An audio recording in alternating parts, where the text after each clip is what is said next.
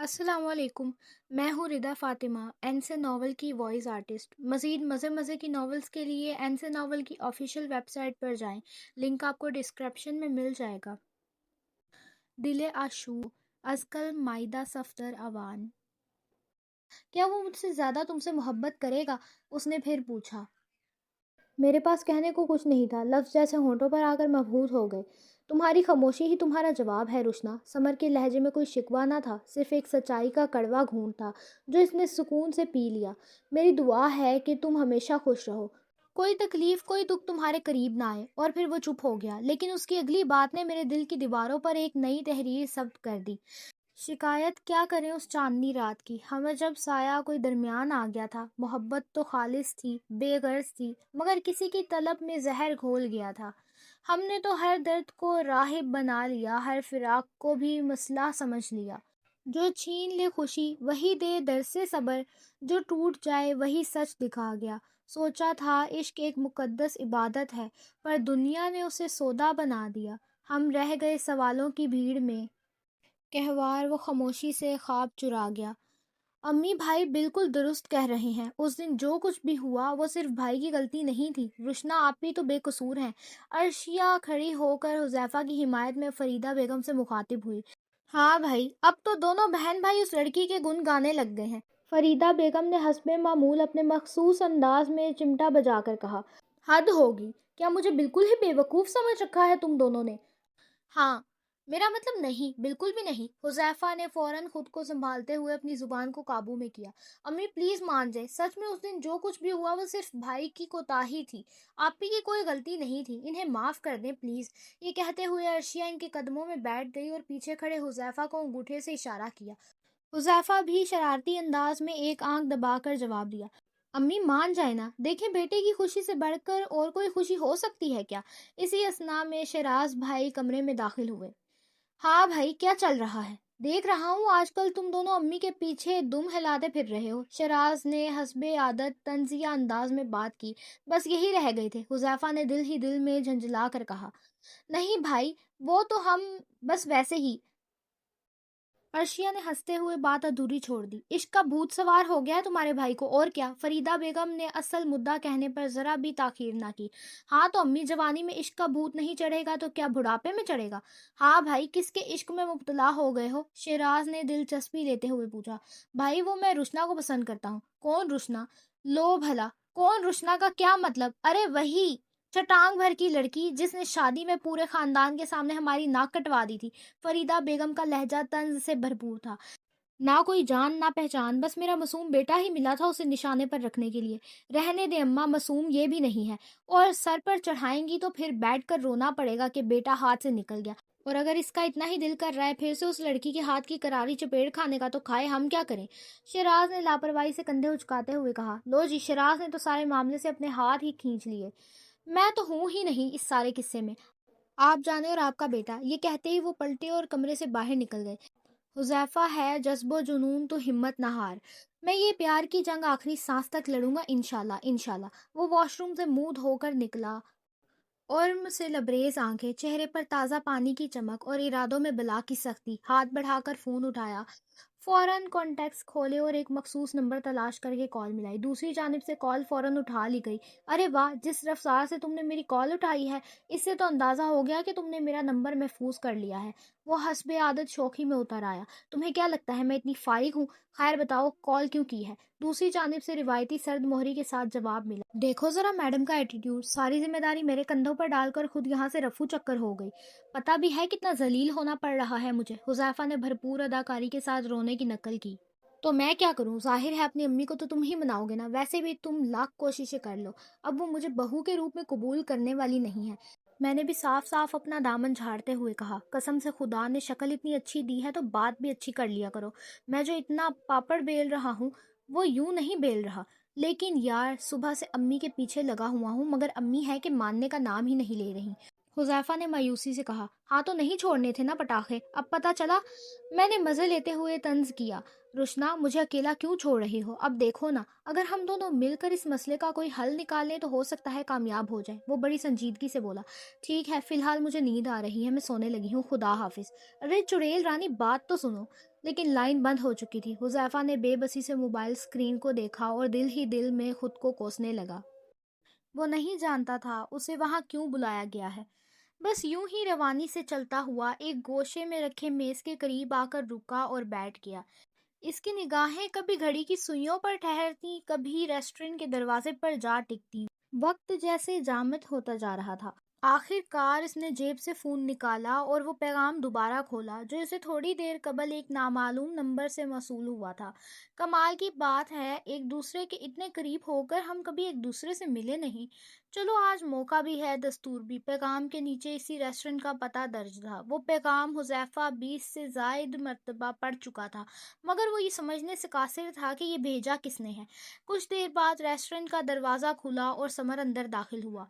वो सीधा इसी की मेज़ की तरफ बढ़ा जहां हुज़ैफा बैठा था और इसके सामने वाली कुर्सी पर विराजमान हो गया। रस्मी सलाम और दुआ के बाद समर ने गुफ्तगू का आगाज़ किया। मुझे तो तुम जानते ही होगे, मैं रुशना का कज़न हूँ। हाँ, जानता हूँ तुम्हें, हुज़ैफा ने मुख्तसिर सर हिलाकर तस्दीक की। लेकिन बहुत कुछ ऐसा भी है जो तुम नहीं जानते मेरे और रुशना के रिश्ते के बारे में। समर की हल्की सी मुस्कुराहट उभरी जो फौरन ही गायब हो गई।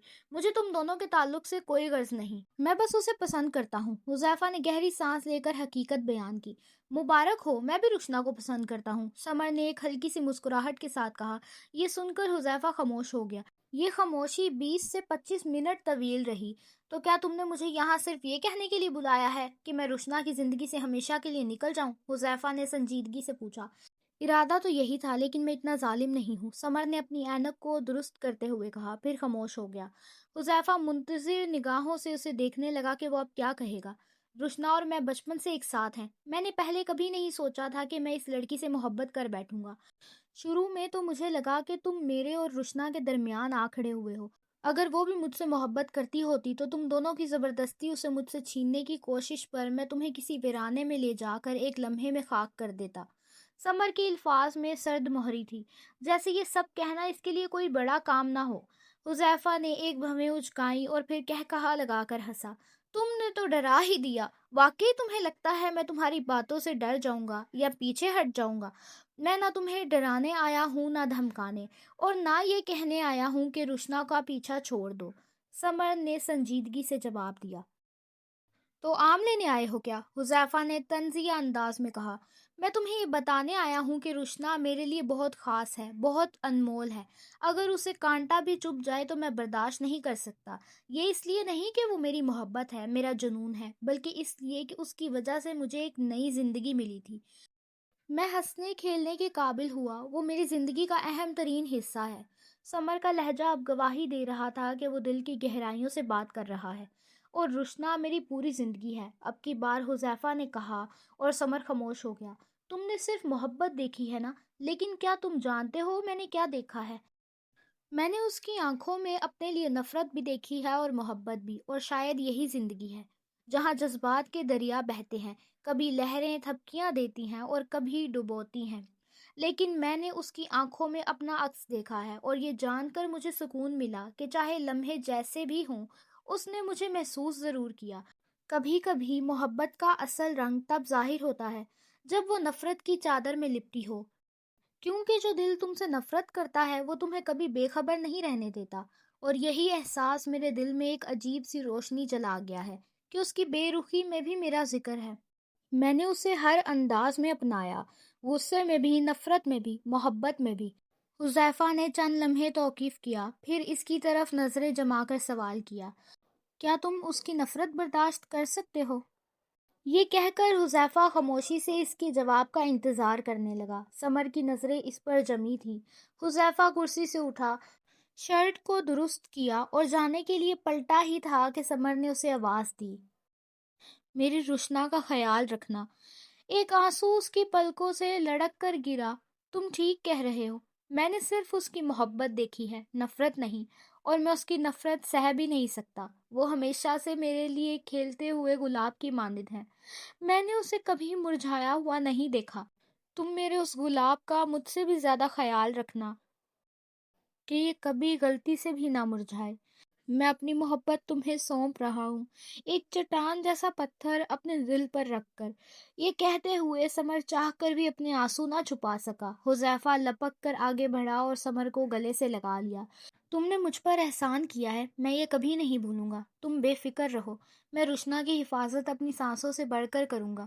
وہ اس سے جدا ہوا اور اس کے چہرے پر ایک زندگی سے بھرپور مسکراہٹ ابھری۔ سمر دھیمے قدموں سے گھر میں داخل ہوا، تھکن اس کے وجود سے صاف جھلک رہی تھی۔ خاموشی سے اپنے کمرے میں آیا اور دروازہ بند کر کے کرسی پر بیٹھ گیا۔ نیند تو جیسے اس کی آنکھوں سے روٹھ چکی تھی۔ رات بھر کروٹیں بدلنے کے بعد وہ اٹھ کھڑا ہوا، آہستگی سے الماری کھولی اور اس میں رکھی ایک بڑے سائز کی البم نکالی جو اس کے اور رشنا کے بچپن کی یادوں سے بھرپور تھی۔ وہ خاموشی سے البم کے ورق پلٹنے لگا، ایک ایک تصویر پر اس کی انگلی رکتی، جیسے ہر تصویر میں چھپی کہانی کو محسوس کرنا چاہتا ہو۔ کبھی دھیرے سے مسکرا دیتا تو کبھی آنکھیں نم کر کے نظریں چرا لیتا، مگر آج آنسو چھپانا اس کے لیے مشکل ہو رہا تھا۔ اچانک ایک لمحہ یادوں کے جھرونکوں سے نکل کر سامنے آیا، جب رشنا نے اس سے پوچھا تھا، تمہیں کس چیز سے سب سے زیادہ ڈر لگتا ہے؟ اور سمر نے بے ساختہ کہا تھا، مجھے تو بس اس بات سے ڈر لگتا ہے کہ کہیں تم مجھے اپنی غار میں تنہا نہ چھوڑ دو۔ اس نے کبھی اندھیرے سے خوف نہیں کھایا تھا، نہ روشنی سے، مگر اب وہ ایک ایسے اندیشے سے لرزا تھا جو جدائی کے سائے میں لپٹا ہوا تھا۔ کاش تم اسی پل سمجھ لیتی رشنا، کاش۔ سمر نے نم آنکھوں سے البم میں چسپاں ان تصویروں کو دیکھا، جن میں وہ اور رشنا بچپن کے معصوم لمحوں کو قید کیے بیٹھے تھے۔ دل کے نہاں خانوں میں چھپی کچھ یادیں ایسی ہوتی ہیں جو وقت کے ساتھ دھندلی نہیں ہوتی۔ انسان لاکھ چاہے کہ انہیں بھلا دے، مگر وہ یادیں دل کی دیواروں پر نقش ہو جاتی ہیں، نہ مٹنے والے نقش کی مانند۔ درد دل کے سوا محبت کچھ بھی نہیں، تیرے چہرے کے سوا محبت کچھ بھی نہیں۔ تجھے چاہا تو ٹوٹ کے چاہا، پر تیرے لیے دیوانگی، چاہت، وفا، محبت کچھ بھی نہیں۔ کسی کو چاہو تو بے سبب چاہو، چاہنے والوں صلہ جو مانگو گے تو محبت کچھ بھی نہیں۔ پچھلی مرتبہ بھی جب ابا میرے کمرے میں آئے تھے میں سو رہی تھی، انہوں نے مناسب نہیں سمجھا کہ مجھے جگائیں۔ گزشتہ چند دنوں سے میں بہت سخت ذہنی الجھن کا شکار تھی، سمجھ نہیں آ رہا تھا کہ سمر کو کیسے سمجھاؤں، اور اگر اس رشتے سے انکار کروں تو کس انداز میں۔ اگر انکار کر دیا تو خالہ ناراض ہو جائیں گی، اور اگر مان گئی تو حذیفہ۔